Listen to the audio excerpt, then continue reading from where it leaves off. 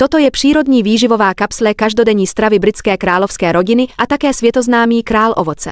Pokud máte doma kousek volného prostoru, důrazně doporučuji zasadit tento organický novozélandský sazenec kiwi. Nevyžaduje složitý podpůrný systém, kmen přirozeně roste a plodí. Je tedy opravdu bezúdržbový a velmi vhodný pro domácí pěstování. Proces pěstování je super jednoduchý. Když obdržíte sazenici, okamžitě ji zasaďte do květináče nebo na volné místo. Po důkladném zalití stačí jen čekat na sklizeň čerstvého kiwi. Plodí nejméně 2krát ročně a v teplém klimatu dokonce 3krát. Dužina je plná šťávy, měkká a sladká, lze ji konzumovat přímo bez loupání. Ovoce má čistou, sladkou chuť s osvěžující kyselostí a je bohaté na vitamin C, chutné a bez vlákniny. Pokud tyto sazenice zasadíte letos, příští rok již budou plodit. Nyní je nejlepší období pro výsadbu právě v těchto měsících. Pokud to promeškáte, budete muset počkat do příštího roku.